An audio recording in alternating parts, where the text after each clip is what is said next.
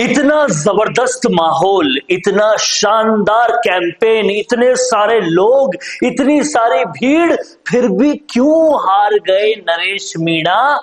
यह सवाल आज का यक्ष प्रश्न है, सबसे बड़ा प्रश्न है और सबसे बड़ा वो मौजू है जिसका जवाब हर कोई चाहता है। तो इस वीडियो में हम आपको बताने वाले हैं वो 10 कारण, नरेश मीणा की हार के सबसे बड़े 10 कारण जिसको नरेश मीणा, उनके समर्थकों, सबको सुनना चाहिए। इतना बड़ा अनशन किया, गरीबों के लिए इतनी सारी लड़ाई लड़ी, झालावाड़ में काम किया, समरावता में काम किया और साखली में काम किया, लगातार गरीबों के मसीहा बने रहे, फिर भी क्यों हारे? ये 10 कारण सुनिएगा, अपनी राय दीजिएगा। और कहीं ना कहीं नरेश मीणा बहुत अच्छे हैं, फिर भी राजनीति में कुछ बातों में काम करना जरूरी है, उन बातों को भी समझिएगा, कमेंट देते रहिएगा और इस वीडियो को देखते रहिएगा। तो समझते हैं वो 10 कारण। पहली बात बात पर हिंसक होना नरेश मीणा को बहुत भारी पड़ा। चलो एसडीएम को थप्पड़ मारी, कार्यकर्ता को मारी, लात घूंसे चलाए, गरीबों पे भी चलाए, ये बातें नेगेटिव काम कर गई। लोग यहां तक कहने लग गए कि कल को और पावर आ गई तो पता नहीं हमारे साथ क्या क्या कर देंगे। ये बातें जो है वो नरेश मीणा के लिए एक बड़ी गलती साबित हुए। इस बात को नरेश मीणा को समझना चाहिए। गलत भाषा शैली का इस्तेमाल करना नरेश मीणा को बहुत भारी पड़ा। कहीं ना कहीं आपा खो देना, गलत भाषा शैली का इस्तेमाल करना, कुछ भी बोल देना, ये जानते हुए कि सोशल मीडिया पर आपकी हर बात आग की तरह फैलती है, वो जितना पॉजिटिव इंपैक्ट करती है उतना नेगेटिव इंपैक्ट भी करती है। भाषा शैली इतनी रूखी इस्तेमाल करना गलत दिशा में ले गया, ये भारी पड़ गया। इसके बाद और समझते हैं, सालों से चर्चित कैंडिडेट को एक तरफा टारगेट करना भारी पड़ा। देखिए, प्रमोद जैन बाया कितना भी भ्रष्टाचार किया हो, लेकिन कहीं ना कहीं उन्होंने हजारों परिवारों की शादियां करवाई है, बहुत सारे लोगों के लिए भला किया है, गौशालाओं में दान किया है, मंदिर बनवाए हैं, लोग उनका समर्थन करते हैं।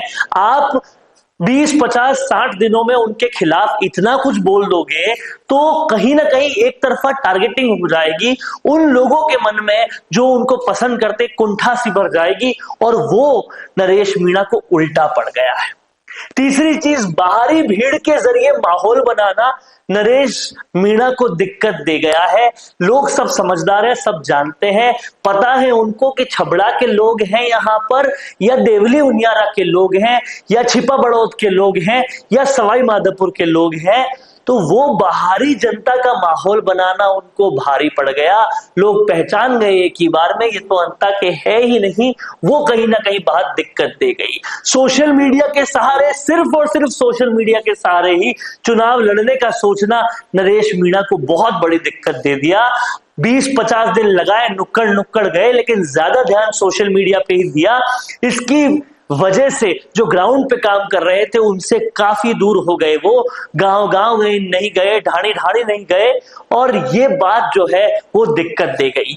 तीसरी बात समझते हैं, इतना जल्दी तीसरा चुनाव लड़ना का डिसीजन भी गलती नहीं, गुनाह था। बिना तैयारी के एक बार हारे, बिना तैयारी की दूसरी बार हारे। इतना अल्प समय में कैसे आप उनको कंपटीशन देंगे जो 25 सालों से एक विधानसभा में काम कर रहे हैं? कहीं ना कहीं टिक के एक विधानसभा में समय देना जरूरी है। ये एक बहुत बड़ा गुनाह नरेश मीणा से हुआ। प्रहलाद गुंजल कहते रहे बड़ी पार्टी का साथ लो, कोई किसी नेता का तो साथ लो, किसी को तो साथ में लेकर चलो। उनकी बात नहीं मानना भी नरेश मीणा को भारी पड़ गया। बीजेपी की कैंडिडेट का साथ और भाया को गाली, ये जो भेदभाव था, इस भेदभाव को जनता देख रही थी, जनता समझ रही थी। वो भेदभाव करना नरेश मीणा को भारी पड़ गया, एक तरफा भेदभाव करना भारी पड़ गया। उनको बीजेपी की बी टीम कहने लगे। ये सारी बातें नरेश मीणा को भारी पड़ गई। और बार बार लगातार सीट बदलते रहना नरेश मीणा की सबसे भयंकर, सबसे भयानक और सबसे बड़ी मिस्टेक हो गई।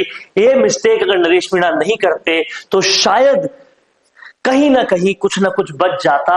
इसके बाद हर नेता को उल्टा बोलना, हर नेता के खिलाफ बोलना, यहां तक कि जो हनुमान बेनीवाल आए उनको भी नामर्द बोला था।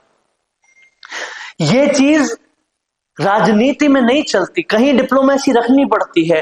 वो राजनीतिक सबसे बड़ी पीड़ा दे गया नरेश मीणा को। ये सारे वो कारण थे और ये सारी वो बातें थी जो नरेश मीणा को उल्टी पड़ गई। अगर इन सब पे ध्यान देते शुरू से तो शायद ये दिक्कत नहीं आती। जब इतना धैर्य रखा है राजनीति में तो बैक टू बैक चुनाव लड़ना, बैक टू बैक सीट बदलना क्यों था, बैक टू बैक हर नेता के लिए उल्टा बोलना क्यों था। ये सारी बातों पर नरेश मीणा को काम करना पड़ेगा। गरीबों के मसीहा हैं, गरीबों के लिए लड़ते हैं, गरीबों के लिए कुछ भी कर सकते हैं, ये सब अच्छी बातें हैं, लेकिन ये आपको सामाजिक लीडर बना सकती है। राजनीतिक लीडर बनने के लिए आपको उन सारी बातें जो हमने अभी बताई उनका ध्यान रखना भी बहुत जरूरी है। क्या सोचना है आपका, क्या कहना है आपका इन सब बातों पर, लिख डालिए कमेंट बॉक्स में।